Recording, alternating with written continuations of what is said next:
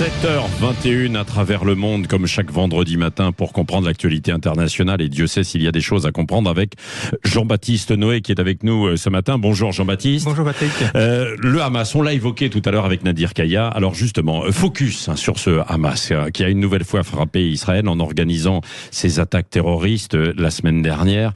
C'est à l'origine, il faut bien le dire, une association caritative qui a basculé dans la lutte politique et le terrorisme. Tout à fait. Le Hamas a été fondé en 1987 et à l'origine, il a une action caritative. Il s'occupe notamment des Palestiniens qui sont délaissés par les États et il crée des écoles, des hôpitaux, d'où d'ailleurs leur très grande popularité parce qu'ils prennent soin des plus pauvres et des personnes déshéritées. Et puis il y a un basculement dans les années 1990 vers une action politique et ensuite 1993 le premier attentat qui a été organisé et à partir de là ça n'a cessé de s'accroître. Et on a effectivement un cas intéressant d'une association qui a basculé vers une confrontation politique. Oui, c'est ça. Alors, le Hamas il n'existe pas seul. Il bénéficie de soutien, notamment à l'international, Oui, cette association ne pourrait pas exister par elle-même. Elle a besoin de financement. On sait qu'elle est financée notamment par l'Iran et par le Qatar. Il lui faut également des structures pour blanchir l'argent, puisque les banques sont contrôlées, les flux financiers sont contrôlés. Et puis, elle bénéficie également du soutien, par exemple, du Soudan ou de la Syrie il y a quelques années, pour avoir des camps d'entraînement.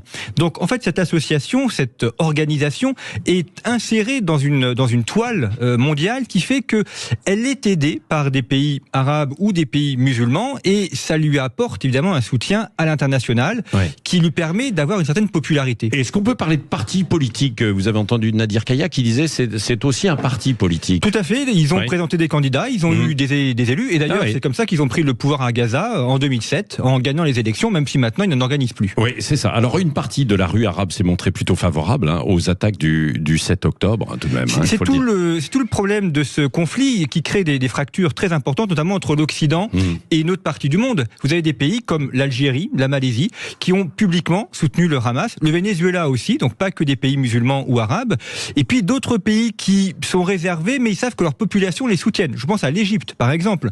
Dimanche, vous avez un policier à Alexandrie qui a battu 2 touristes israéliens et leur guide égyptien.